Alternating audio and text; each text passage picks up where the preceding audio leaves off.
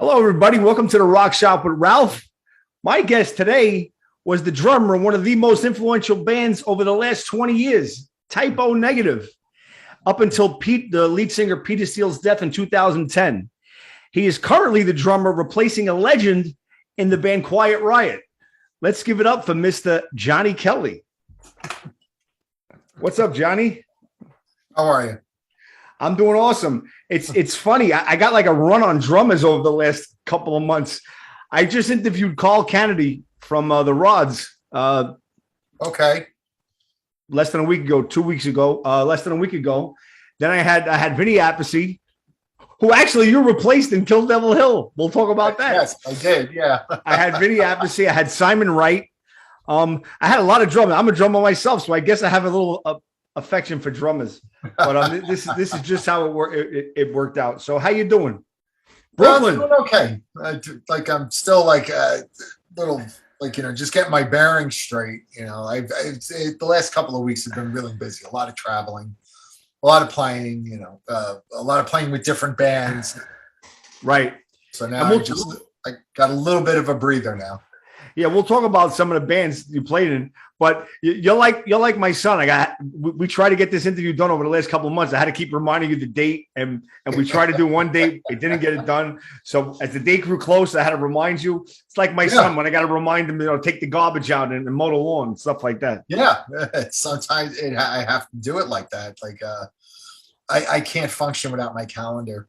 Well, it wasn't like that for like the last year and a half. But now that things are slowly things opening are up back to normal, but they're starting to do shows again and stuff. Right now it's there's these peaks and valleys with what I do.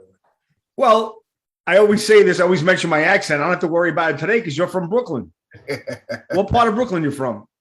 I'm from Flatbush, Flatlands. I was born in Ridgewood. Oh, close by in Queens. Yeah, my grandmother lived there. By Myrtle Avenue, around that way? Yeah. Myrtle Avenue and she lived on Summerfield Street. Oh, that's not too far. Summerfield between Cypress and Seneca. Yeah. And when we moved to Brooklyn, I think I was like 3 or 4 years old. And we lived on Fairview Avenue near Fresh Pond Road. Yeah, it's not too far. I had a shop over on Fresh Pond and Elliott. Yeah. Wow, that's awesome. I got to tell you this joke that Vinny Appice, who told me right before we started our interview, I'm going to say it. So, Vinny, if you listen, I'm going to tell everybody a joke. He goes, "What does Brooklyn and pantyhose have in common?" Flatbush. That was Vinny Appice's joke before we started the interview, so I had to say it again. But listen, everybody, most fans know you from being the second drummer in Typo Negative. Yes. That's where I knew you guys from, Lemoore and all that whole scene. Actually, no, did I see you guys in Lemoore? Yeah, I think I might have seen you in Lemoore. And probably you guys played Lemoore like 90, 91 around that time. The band had played Lemoore's a lot. Yeah. Even before I joined. When I joined, the first gig that I did with the band was at Lemoore. Yes. So it was. And then we played Lemoore again a couple of months later. And then we did 2 nights in a row there one time. Not long, like a year later or something. And then we played there again when they changed the club around and stuff. This was later on. This was like in 2003 or something like that. Yeah, because what I was going to say was this. I was trying to get my bearings straight because in '92, Lemoore became a topless bar. Yeah, for a little while, and then they moved there. Right then, it closed down for a little while, and then it was there was a cabaret or something like that. Right. It was called Diamonds, but that's why I'm trying to get my timeline right because '93 was Bloody Kisses when you guys, started taking off. But let's talk about Typo. Listen, as I told you before, you're known and you're going to go to your grave because Typo has a rabid fan base. Still does to today. No, it's great. It's incredible that it's this 2021 and people still, hold the band in such high regard. Right. I mean, do you find that was one of the questions I was going to ask you? Do you find it amazing? Do you find it amazing how revered Typo is? I mean, it's like they're up there. I mean, Yeah, I mean, like, before I joined the band, like Typo was one of my favorite bands. Like, Slow, Deep, and Hard was in my car all the time. I was always listening to the band. I was always listening to the music, and I knew that it was, I knew there was something special about the band. And even when I joined the band, it was one of those things, Peter was telling me, like the whole premise going in was like, like we're not gonna be a touring band. We're not gonna try to make it. It was like, this is what, we make music, maybe put a record out, play locally, but don't quit your day job. And I didn't care. I just wanted to be in the band. So it didn't matter to me whether we were playing one show a year or, 300. Right. And speaking of day jobs, I mean, it's no secret. I have to mention this for the fans that are just coming in now. Peter Steele worked for the Parks Department while he was in Typo Negative. Yeah. And everybody. And you also worked for the post office while you were in Typo Negative. No, not while I was in. Oh, no? I quit the post office to go. I was in the post office. I was like 21 years old. I got you.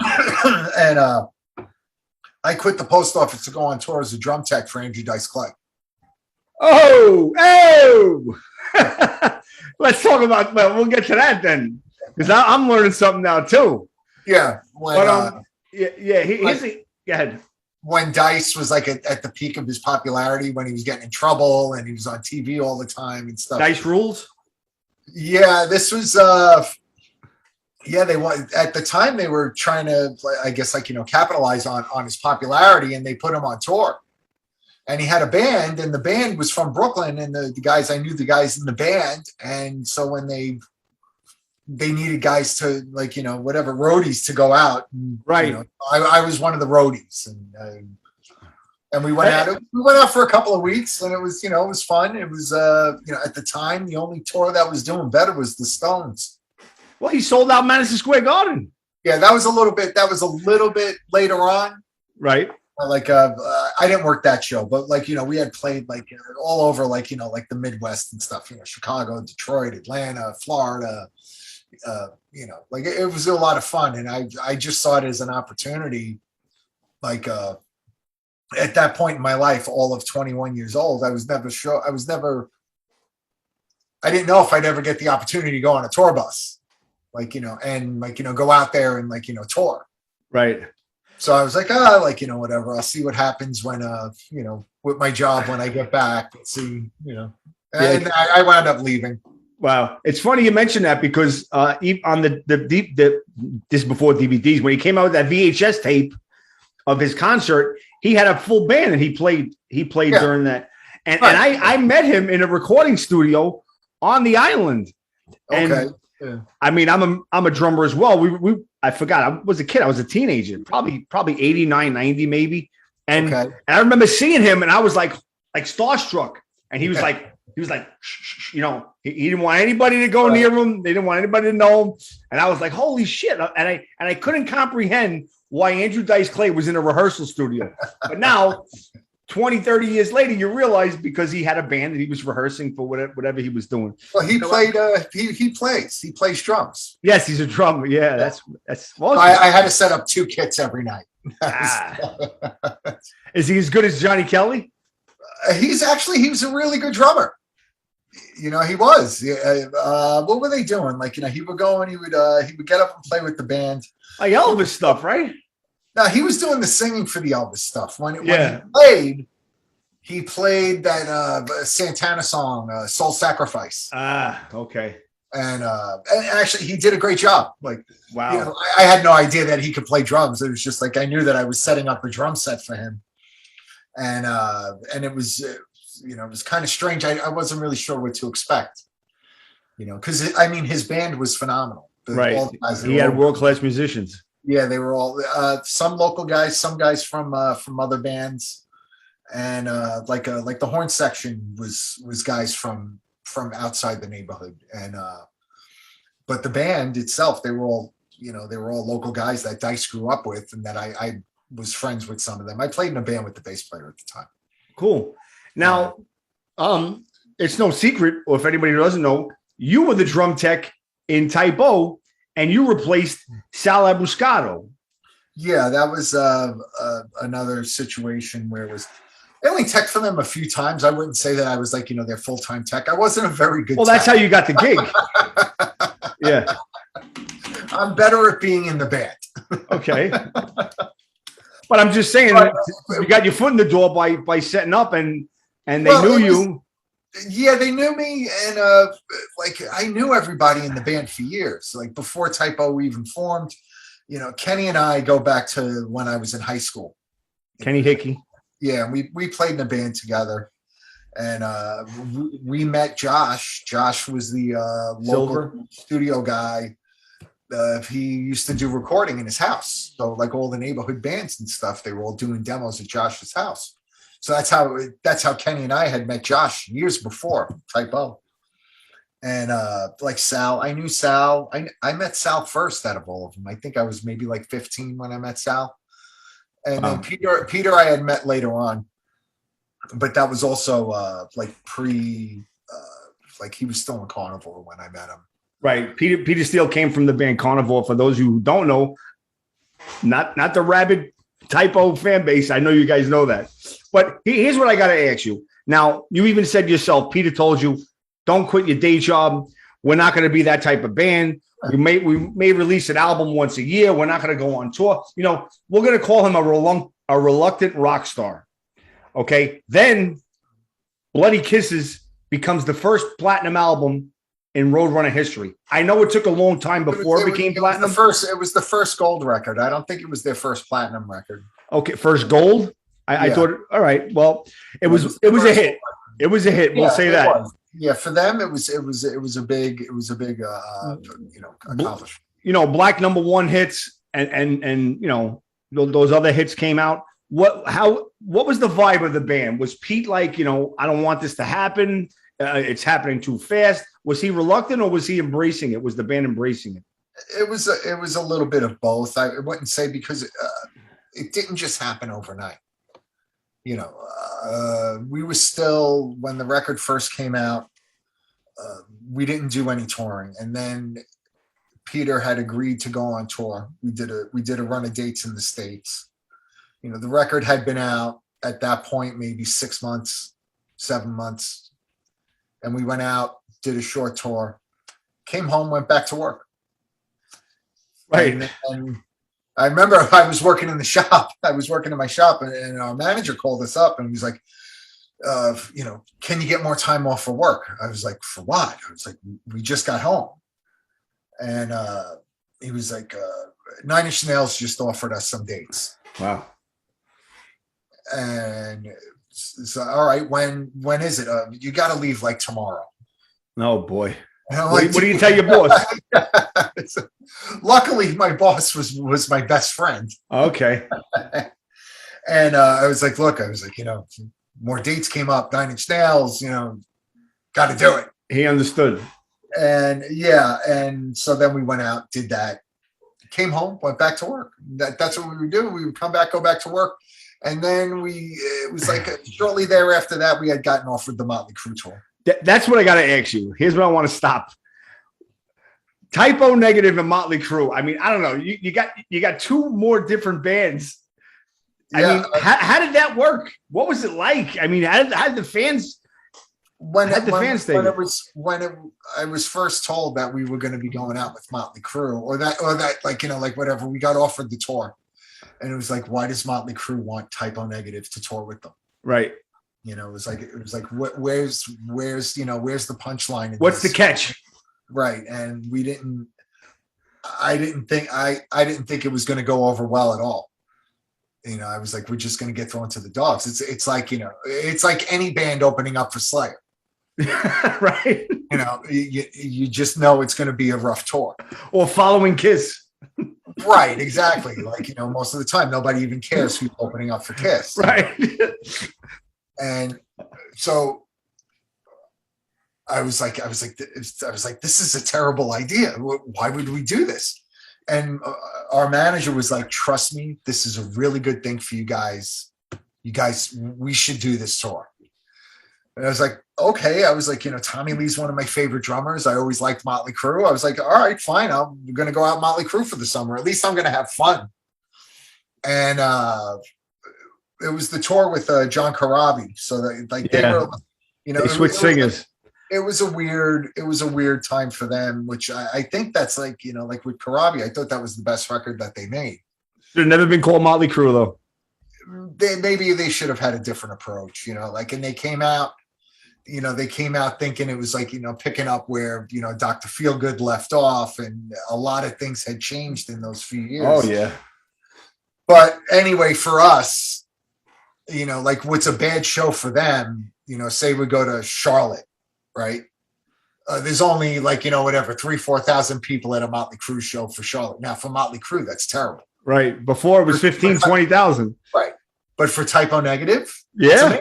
Whoa, there's 3,000 people there, man. Right. We're going to fucking kill it. And so for us, it was, we were the first on the bill. It was Typo, King's X, and Motley Crue. And we weren't really sure how it was going to work out. And, like, it would, it'd be a little weird at first, like, when we would first start playing and stuff. And then by the, like, mid-set, we were starting to win some fans over and stuff. And that is, I would attribute that tour. That's where the band started getting a little bit of success. Like, right. People were really starting to pick up, like, notice the band, and we were starting to get it, get some attention. Right. How did Pete feel about Motley Crue, that whole thing? He didn't really care. Like, that was no big deal for him. Peter just really didn't. Peter wasn't at that point in his life. He just didn't really like touring. And but he was at that during that tour. That's when we quit our jobs, because it was like, when I know, like, for me, my boss was like, when are you coming home? When are you coming back to work? And I'm like, I don't know. We keep on getting tour offers. And, right. And then finally I was just like, all right, like, whatever. It's not like, the job was going to define my career or anything. I could always get another job doing the same thing. I was like, all right, like, get somebody else. And, when I come back, if I need the job, if it's available, we'll cross that bridge when we get to it. Right. You can't turn down these offers. This is a once in a lifetime opportunity. Exactly. It's a once in a lifetime thing. I mean, really. They were cool with it. And Peter at the time, the city was offering a buyout, right? Yes. Yeah. So There's talk about a buyout. There's talk about a buyout now. I don't think it's going to happen, but who knows? New York is such a mess now. It's totally different than what it was, right, 20 years ago. And so Peter wound up getting a buyout. So he was collecting a check, had health insurance and all kinds of other stuff for the rest of his life, the rest of the year.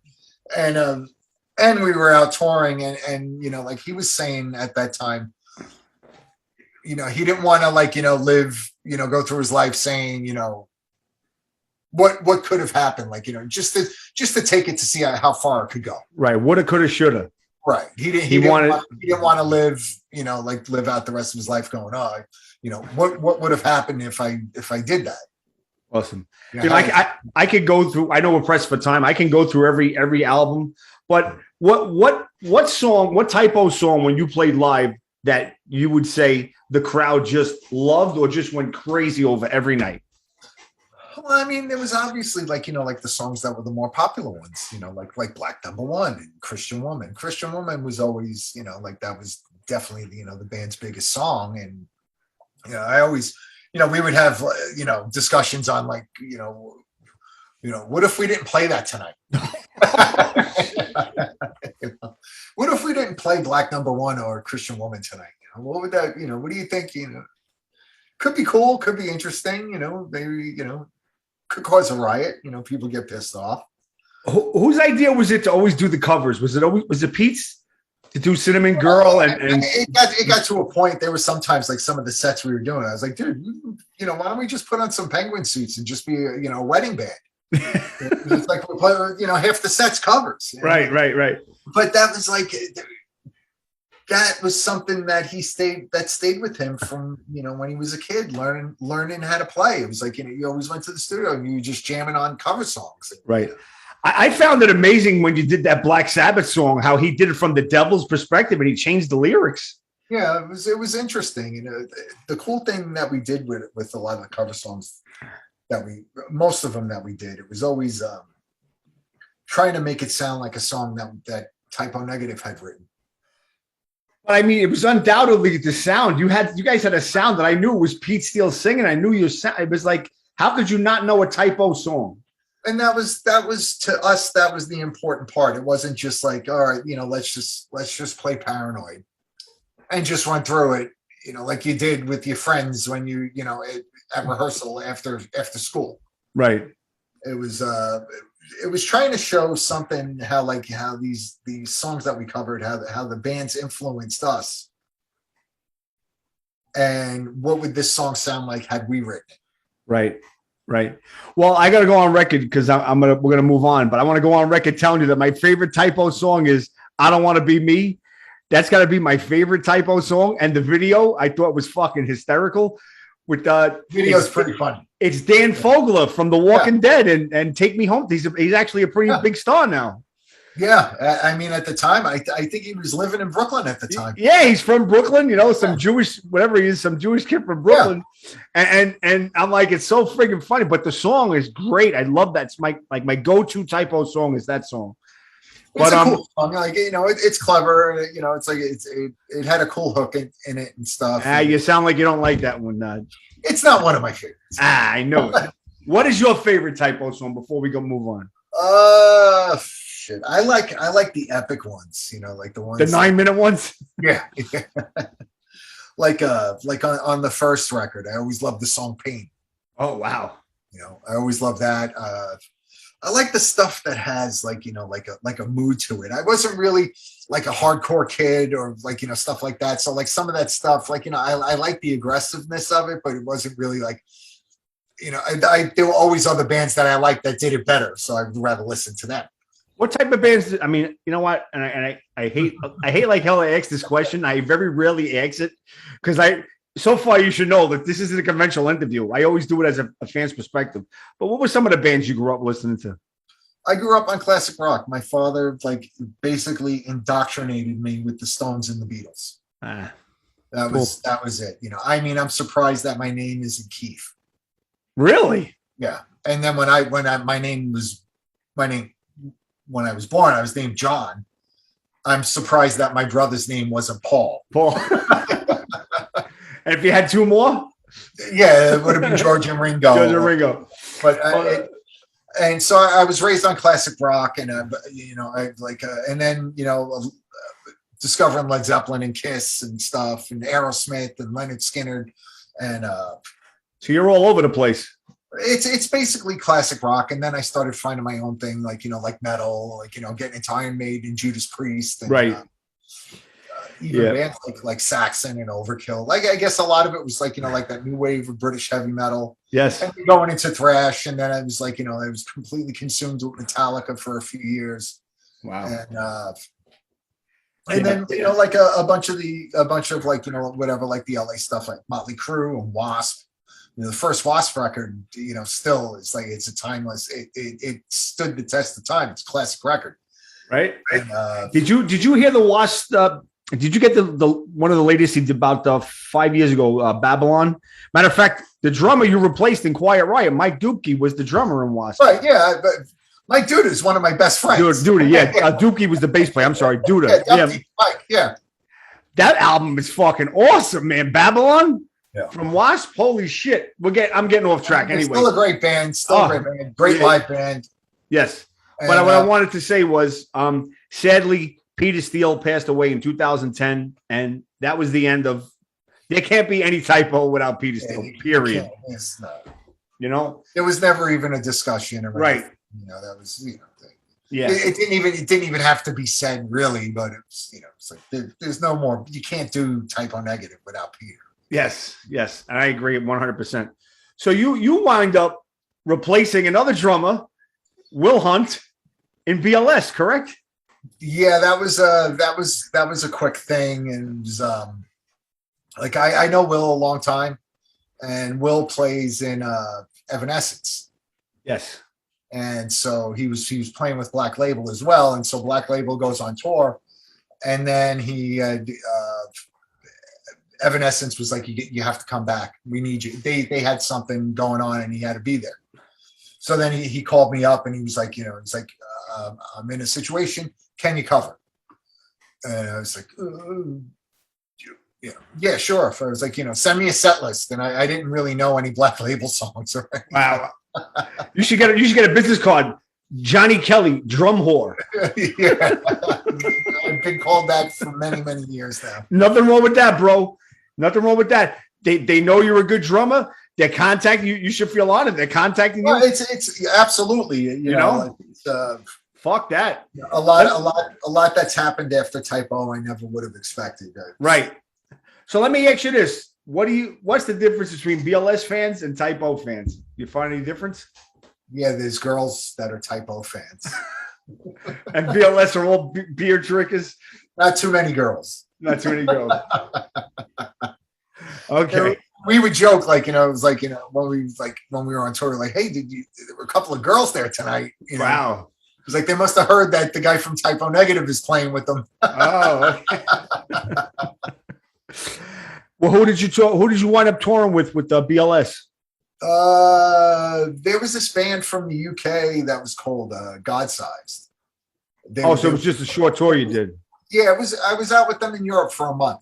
I got you. Oh, just in Europe. Okay. Yeah, So then you wind up coming back, and the drum whore that you are, you wind up replacing Vinny Appice in Kill Devil Hill. Yeah, that was a couple of years later. Couple of years later, but I'm just trying to I'm trying to give the picture of. Yeah, that was another. It was another weird, like, I don't know, like you could either right place or wrong place at the right time. Well, I mean, I didn't even. They were a good band. Rex Brown from Pantera was the put it together. It was a honor, to be able to, like, replace one of the people that I grew up admiring. Absolutely. And it just happened by chance. Like Danzig, we were driving from El Paso to San Francisco, and we stopped in California, to give the driver a break. And I stepped off the bus, and I saw a bus across the street, and I was like, I know who's in that bus. I was like, Rex is in that bus. And I went and knocked on the door, and it was Kill Devil Hill, right, doing doing the same thing, taking a break. And was talking to Rex for a little bit. And then after that, like, I don't know, maybe like 2 months later or whatever, Rex called me up, and he was, hey, Vinny's leaving. Do you want to come down? And you said, sure. I flew out to California, got together with the band, played with them, and they liked that, they liked how it felt. And then they asked me to join. Awesome. And we just did a record. We just recorded another record. Rex isn't in the band anymore. Yeah, I was going to say, what's up with that band? Because they don't have the same members anymore. Well, it's still Zavon and Dewey. And singer. The singer and the guitar player. The guitar player. And Okay. And now we have Matt Snell, who's the original bass player from Five Finger Death Punch. Yes. He's playing. Right. Yeah. Okay, cool. And we just did. I did my drum tracks in October. They're just about. I think they're just about finished doing the vocal tracks. So that's something we got to look forward to. Another Kill Devil Hill record. Yeah, I don't know if it's going to make it. I mean, we're already in September. Probably next year. So maybe beginning of next year. Cool. What another band that you're involved with? Another band. before we get to the coda, but is Danzig. Yeah. And you've been playing with him for a while. Almost 20 years. I was going to say this. I was going to say at least 20 years, but almost 20 years. Now I can see Typo and the Day touring with Danzig. That would be like a bill that would have been like. I know, but I'm saying I'm just trying to say, like, Typo Motley Crue, no. Typo Danzig, yes. Yeah. And I know you guys tour with them. But that was like the next tour. I always compared to, and I hate to compare people, but I'm saying I always compared Pete to like Glenn, like very dark, misunderstood rock stars. Yeah, Peter wasn't as I would say, like dark. Peter was definitely like like blue collar, mentality, but he was incredibly book smart, and he was great at like create. He was great at creating an atmosphere, See, now when you hung out and talked with him, it was like you're hanging out in the locker room. Now us as fans, before the internet, 93, you think you see the pictures of him with his face and all that stuff. You're like, wow, man, the fangs and right. Stuff. You're like, this guy's ready to fucking kill somebody, So that was like wasn't. Right, but I'm saying you were there. You know him. You knew him. Glenn is right. Glenn's ready to want to kill somebody. Glenn's ready to fucking kill somebody now.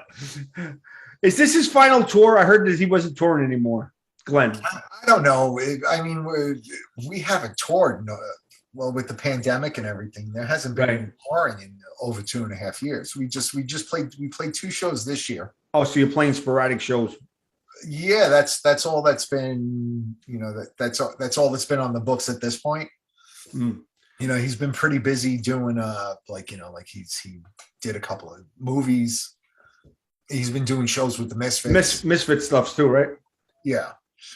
So as far as like touring and stuff like that, I mean, I don't have a definite answer. I'm just assuming that we're not going to tour like we did. Yeah, that was what he supposedly they came out and said. I mean, 2 years ago before the pandemic. He's been saying that for like 15 years now. He says, that I'm not going to tour anymore, and I'm always like, dude, you're never going to stop this. This is what you've been doing this since you were a kid. To think that you're going to stop, you wouldn't know what to do with yourself if you stopped. Right. Now, when you play a song like Mother with Danzig, does the crowd go fucking nuts? Yeah. I mean, is it like the live track? Is it like the live track of Mother, how everybody's going crazy? Yeah, actually, his fan base, even, as the years are going on, they're still pretty rabid. And, I don't know if it's a mixture there. There seems like, like Danzig is another one of those bands that kind of has transcended the age groups. Right. And, but yeah, there's certain songs like we played, what did we do? We played Psycho Las Vegas last weekend. We did the whole Lucifuge record. And then, and we played a couple of songs after we played the record, but people were going fucking crazy. Right. Dirty Black Summer. Yeah, they like it seems like they haven't slowed down, just like Glenn hasn't. Right. Well, that's great. You know why, Johnny? I mean, I'm 51. A lot of my heroes, they're all retiring or sadly passing away now. Don't forget bands like Judas Priest, Kiss. They're falling by the wayside. They're going to be retiring soon, and who are we going to have? There hasn't been a band that stepped up and is going to take over the reins like bands that we grew up on, like you mentioned, Led Zeppelin. Bands like that, they're not out there. I don't think that something like that's going to happen again. I mean, there are bands that are popular and they could fill rooms and stuff, but to have that kind of I guess like that mystique or like that persona to be something that's really larger than life, right? I think that's gone. I mean, now with social media and how everybody is so accessible and engaging and stuff, and it's important, like to use that platform now. But back then there was only a couple of outlets, a couple of magazines, of course, a couple of radio stations. And you were able to create something, and it gave the impression that it really was larger than life. Right. Maybe Metallica could do it. There's only a few artists that are still maintaining that, and most of them are, right. I just from other decades. Right. Like Guns N' Roses had to get back together to save rock and roll, and they haven't released any new music. Just one song they did, which they played 8 years ago anyway. I figure maybe Metallica possibly can last another 20 years, God willing. We're breaking up. I'm losing you. I said, can you hear me? It's cutting in and out. Okay. It might be yours. I said Metallica possibly can last another 20 years. I don't know. I don't know what's going on. I'm hardwired into my internet, so I don't think it's me. Hold on one second. Hmm. You can hear me? Yeah. All right. Yeah, I was saying Metallica possibly can last another 20 years. Yeah, I don't think it's the ability to not, like the ability to last. Like Metallica is one of those iconic bands. But you're still talking about bands. All these bands, they all made their they made their mark 30 years ago. Yeah. Who's doing it in 2021 that's going to save rock and roll and put fill seats in stadiums and stuff by themselves? Nobody. I mean, I can't. That's why the point I was trying to make to you. I don't see anybody doing it. There's a couple of bands that have been able to go into arenas. Like Five Finger Death Punch, like Disturbed, but even Disturbed's been around for like almost 20 years at this point. Oh yeah, they've been since 2000, 2001, I believe. And then they broke, then they took a break, and now they got back together, and now they're big and they're successful, but it's still like bands now. Who now? I can't think of any. That's why that's why I brought the point up to you. I figured Metallica. That's about it. I don't know. The bottom line is our heroes are either retiring or dying. Like there aren't any real guitar heroes. Like like Slash and Zach are selling guitars. Yeah. There's still who, when you open up a magazine, who's the go-to person now, where it's like where the kid goes, I want to be that person. I want to be that guy. There's no Randy Rhoads.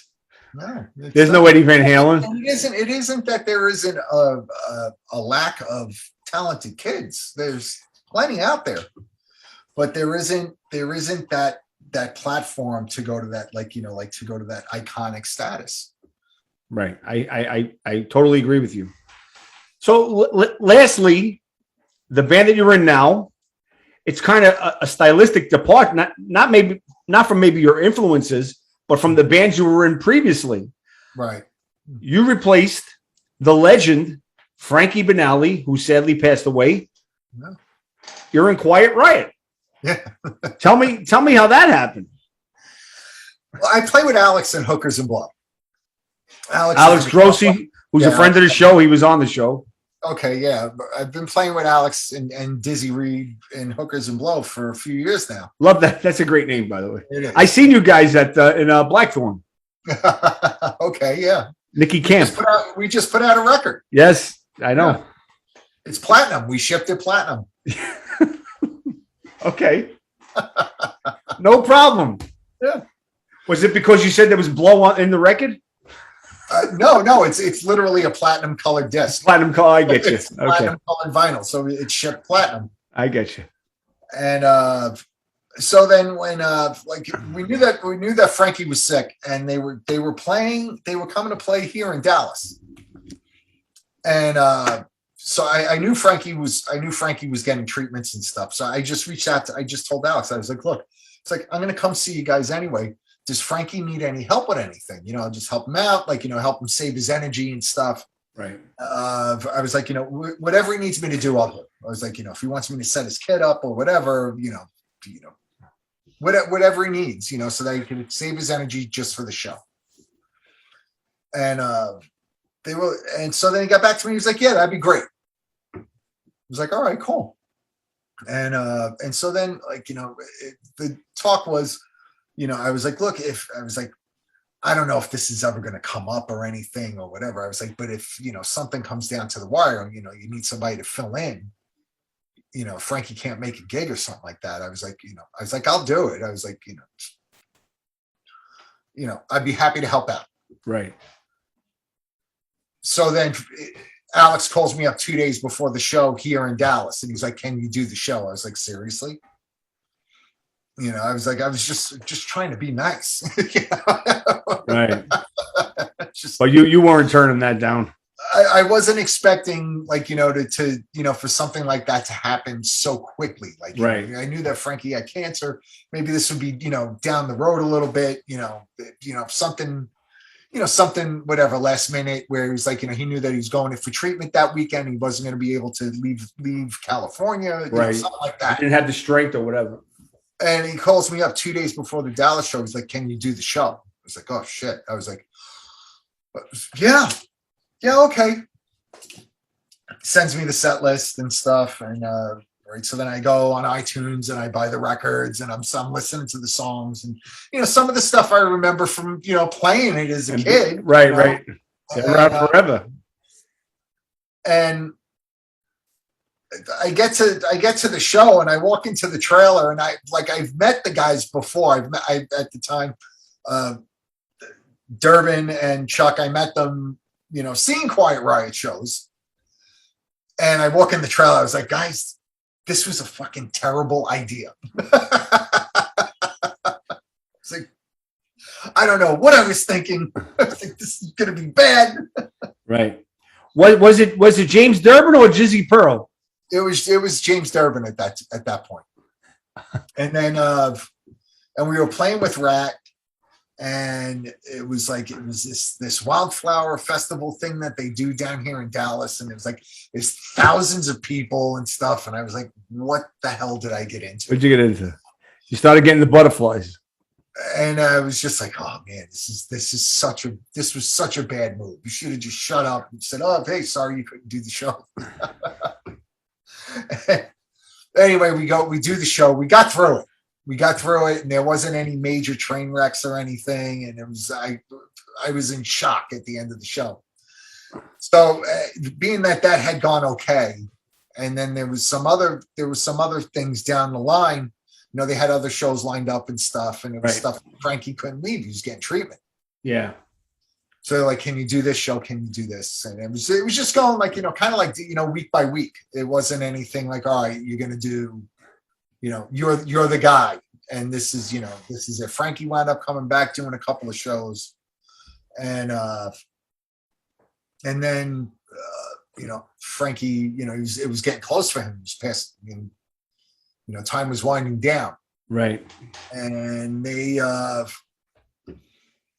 Dupke wound up doing a couple of shows. And before Frankie passed away, it was decided that the band's going to continue. He wanted the band to keep going. Right.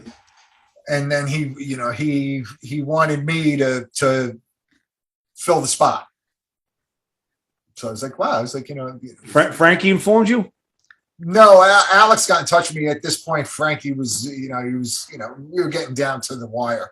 And he knew that he wanted you to replace him. Yeah, he told me, he was like, call Kelly. Well, that's an honor in itself. I mean, the guy's a legend. Yeah, and an all-around nice guy. What a great guy, Frankie. He's one of my heroes growing up. Yeah. And it was, here we are. It was like as cool as the, I guess as flattering and, how that was, how it came about. The circumstances of it are awful.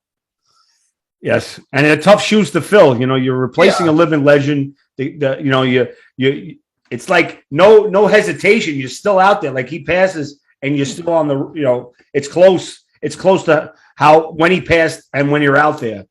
But those are his wishes. That's what he wanted. Yeah, that was he wanted the band to keep going, right. And that now his wife handles a lot of stuff. Yes, Regina. Yeah, Regina's handling a lot of things. And now we're starting to go out there and play again. Right. And you came in like just I'm not going to say the right time, but I'm saying the right time, meaning you got another living legend came back into the band, Rudy Sazzo. Yeah. How about that, brother? He's not back yet. I think he's coming back at like the end of the year. Well, but you're still gonna be part of the rhythm section. He's still a legend. Yeah. That's like every drummer's dream is to play with Rudy. So you haven't played with him yet. Losing you. Oh, I said, can you hear me? Oh, what's going on here?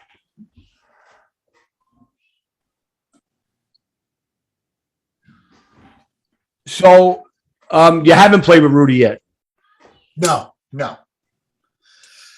They've just he's got some he plays with the Guess Who. Yeah, I know. He plays with the Guess Who is right. It's funny. I mentioned that to somebody. And he's been playing with them for a little while now. Couple years. Yeah. And he's got some stuff with them. And once that's done, then the plan is for him to come back to Quiet Riot. You know? Yeah.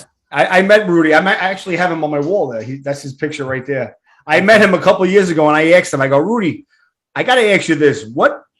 This is just me and him talking. I go, was there any band that you ever auditioned for that you would just blow people's minds that they would have never guessed that you auditioned for? He goes, yeah. You know who you auditioned for? Eddie Money. Imagine him in Eddie Money's band.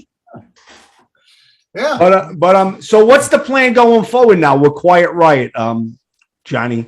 Is Quiet Riot going to record music with you, Rudy, Alex, and Jizzy?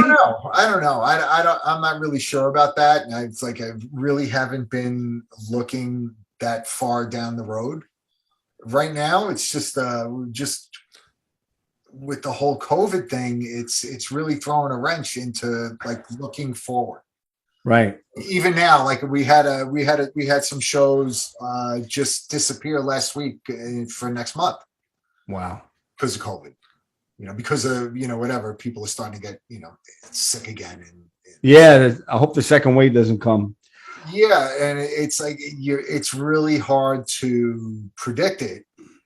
And like even some bands, I mean, it's amazing that like Guns is still out and stuff like, and some of the bigger tours. I know Korn has been out, and Jonathan Davis got sick, and Corey Taylor got sick recently. I know a lot of the indoor places are canceling, but the outdoors are still staying on. I mean, how far could you go on with that though, especially around New York? Maybe September, October. Right. Once you start getting into October, it starts getting cold outside. But so many gigs you could do in Florida and Las Vegas. Exactly. So what do you got coming up, Johnny, before we end this? Do you have anything happening? Right now, the next thing is I'm going to LA on Sunday. We're playing Quiet Riot's playing the Whiskey. Cool. Whiskey Go. Cool. And like after that, then it's like pretty much September's off. There's a bunch of stuff coming up in October, and there's been no word or any kind of. There hasn't been any alarm set about any of those shows possibly getting canceled. Right now, everything's as scheduled. Cool. And for any bands that are thinking about firing their drummers or need a drummer for hire, just go to www.drumwhore.com, and that's Johnny's website. September's really light. They'll be willing to do it. But Johnny, how do the fans get in touch with you? Just on Facebook, or you don't have your own? I'm old. I still use Facebook. My girls use TikTok. I can't go on there. Well, this is on Facebook. Or like Snapchat. Like these are things that my kids use, and I can't. Yeah. Like, I don't really use Instagram too often. I use it when I'm playing, like when I have shows coming up, and I post pictures of my drum kits. There you go, like you're getting the back. That's it. Yeah. Look at that. Look at that drum. That's all right. Listen, I'm a drummer. That's a nice Ludwig kit, bro. Right. Not even a selfie. Nothing. Just nothing. Just a drum kit. But listen, I want to thank Brooklyn boy Johnny Kelly. He's part of the Rock Shop family now. Johnny, I wish you continued health, wealth, and happiness. If you ever need anything, you have an open invitation. You can come back anytime. And I hope to see. Don't forget to look for the new Hookers and Blow. Yeah. Maybe fingers crossed. Maybe some Quiet Riot. We don't know. Danzig, Kill Devil Hill's coming out with an album. He's part of that as well. We got Silvertune with me and Kenny. And so. Listen, so many bands, so little time. That's for the next show. But he is we're working on new music there too. He's in Silvertune with Kenny Hickey from Typo. But that's for another show. Listen, I want to thank you very much, Johnny. I'll talk to you soon, okay? Thanks, man. You got it. I'll see you soon. Bye. All right. Bye-bye.